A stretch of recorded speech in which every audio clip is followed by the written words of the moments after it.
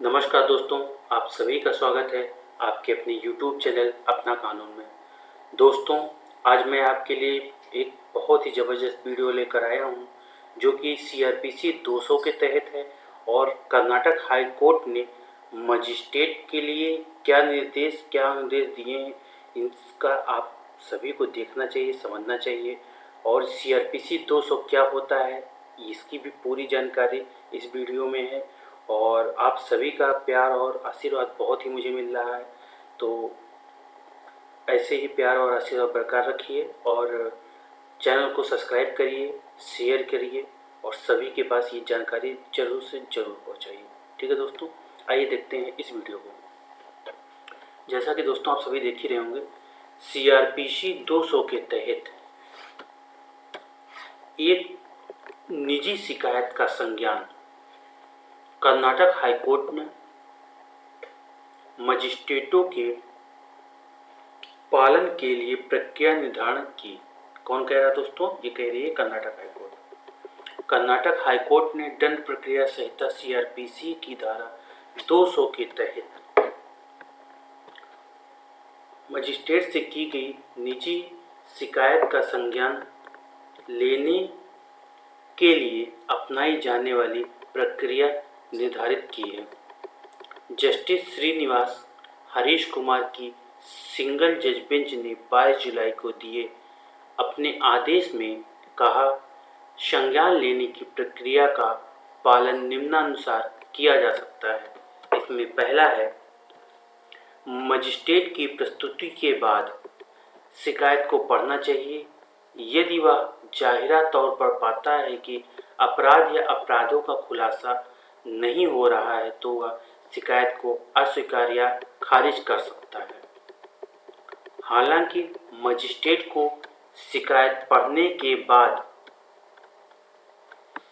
उसे तुरंत खारिज नहीं करना चाहिए, क्योंकि अगर शिकायत को ठीक से व्यक्त नहीं किया गया तो शिकायत की अस्वीकृति शिकायतकर्ता के साथ अन्याय कर सकती है। यह भी संभव है कि चालाकी से की गई ड्राफ्टिंग से यह आभास हो कि कोई अपराध हुआ है, जो कभी कभी सच नहीं हो सकता। इसलिए यदि आवश्यक हो तो शिकायतकर्ता और गवाहों का जांच करना बेहतर है। धारा 200 CRPC के तहत शिकायत को पढ़ने और गवाह यदि वे मौजूद हैं, उनकी परीक्षा आवश्यक है कि जांच करने के बाद मजिस्ट्रेट इस निष्कर्ष पर पहुंचता है कि आगे बढ़ने के लिए पर्याप्त आधार हैं, तो वह अपराध को संज्ञान लेगा और आरोपी को प्रक्रिया जारी करेगा। धारा 200 में निर्धारित प्रक्रिया का पालन करने के बाद भी यदि मजिस्ट्रेट संज्ञान लेने के लिए पर्याप्त सामग्री की अस्तित्व के बारे में आश्वस्त नहीं है, तो वह जैसा कि धारा 202 के तहत विचार किया गया है, स्वयं जांच कर सकता है या प्रत्यक्ष जांच कर सकता है। यदि मजिस्ट्रेट को शिकायतकर्ता और गवाहों यदि कोई हो की जानकारी करने के बाद किसी भी अपराध के गठन के बारे में प्रथम दृष्टया सामग्री नहीं मिलती है, तो वह धारा 203 के अनुसार शिकायत को खारिज कर सकता है। धारा 202 के तहत अपेक्षित प्रक्रिया का सहारा लेना हमेशा अनिवार्य नहीं होता है। इसका सहारा केवल 202 में बताई गई परिस्थितियों में ही लिया जा सकता है।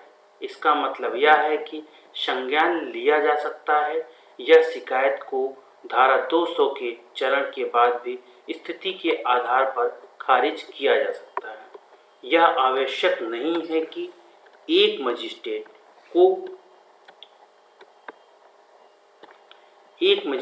को आदेश पत्र में संज्ञान लिया गया की पुष्टि करनी चाहिए, लेकिन जो आवश्यक हो वह अपने विवेक का प्रयोग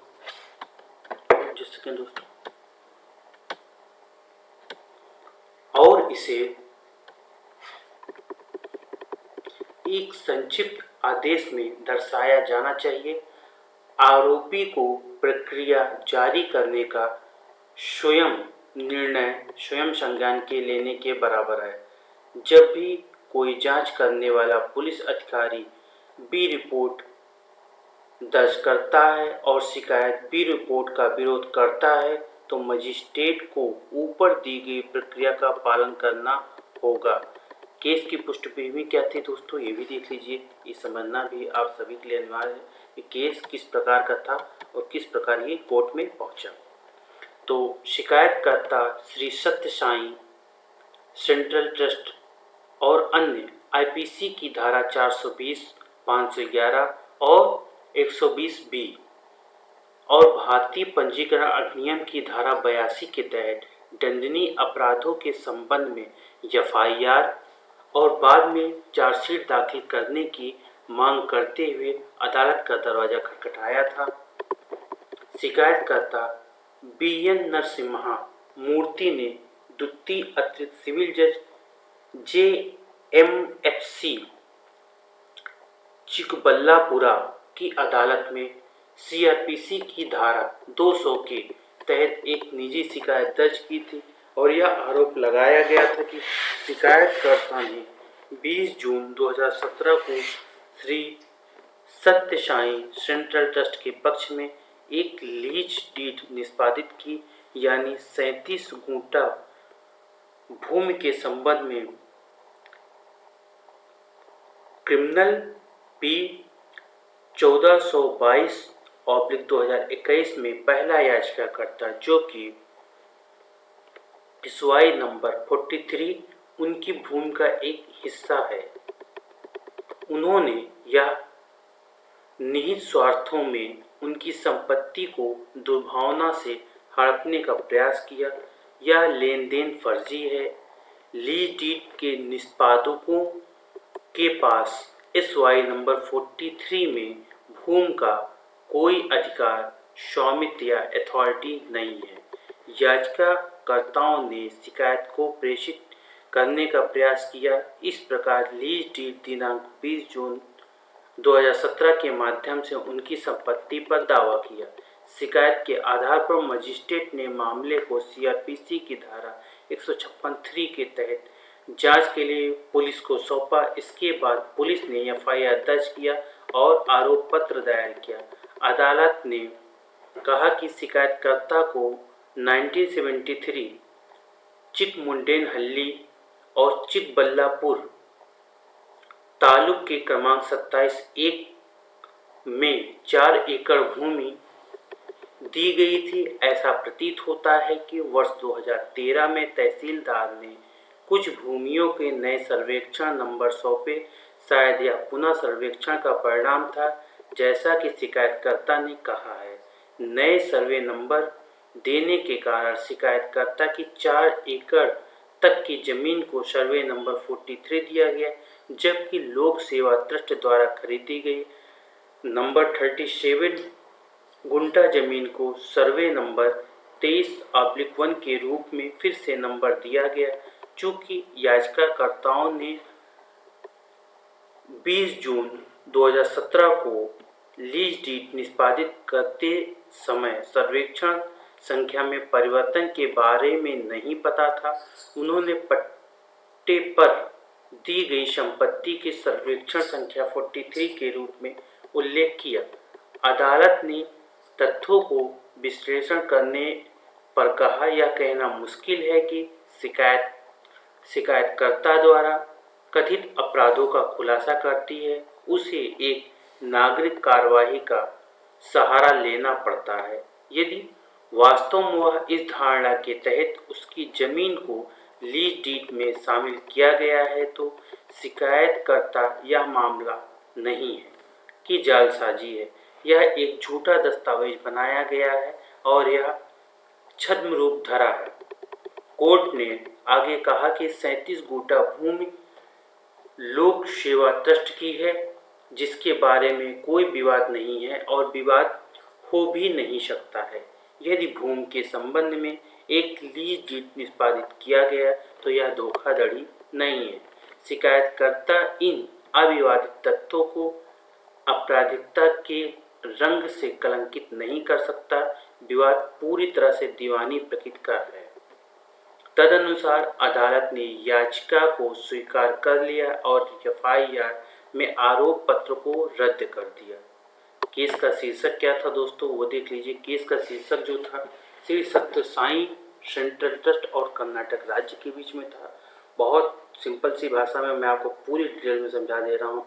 मामला कुछ खास नहीं था। मामला सिंपल सा था कि एक जो कि दीवानी मुकदमा था और उसको कहीं ना कहीं ये क्या कहते हैं क्रिमिनल केस में बदलने की साजिश की गई थी, लेकिन ये मजिस्ट्रेट के विवेक पर निर्णय किया कि उसने 156(3) के तहत पुलिस को आदेश देकर कार्रवाई करवाई। उसके बाद फिर ये पहुँचे हाईकोर्ट में। हाईकोर्ट ने इस चीज़ को डायरेक्ट किया कि मजिस्ट्रेट को किस आधार पर फैसला लेना है और कब और कैसे लेना है। ठीक है, तो इसी विषय में ये टोटल सीआरपीसी 200 में था, सीआरपीसी 202 में था और 156(3) में। ठीक है दोस्तों, आई होप आपको वीडियो समझ में आया होगा, और अगर वीडियो समझ में आया कृपया चैनल को लाइक करें, शेयर करें, सब्सक्राइब करें। ठीक है दोस्तों, और जाते जाते दोस्तों आपसे छोटी सी बात कहना चाहते हैं कि दोस्तों हमारे पास फ़ोन बहुत से आते हैं जो कि यूट्यूब के ज़रिए होते हैं, और आप सभी से एक रिक्वेस्ट है कि कृपया हमारी जो पेमेंट फ़ीस है दोस्तों, हमारी जो ऑनलाइन कंसल्टेंसी फ़ीस है वो पेमेंट ज़रूर करें और उसके बाद ही हमसे कंसल्ट करने की कोशिश करें। अदरवाइज हमारे पास बहुत से काम आगे के लिए होते हैं।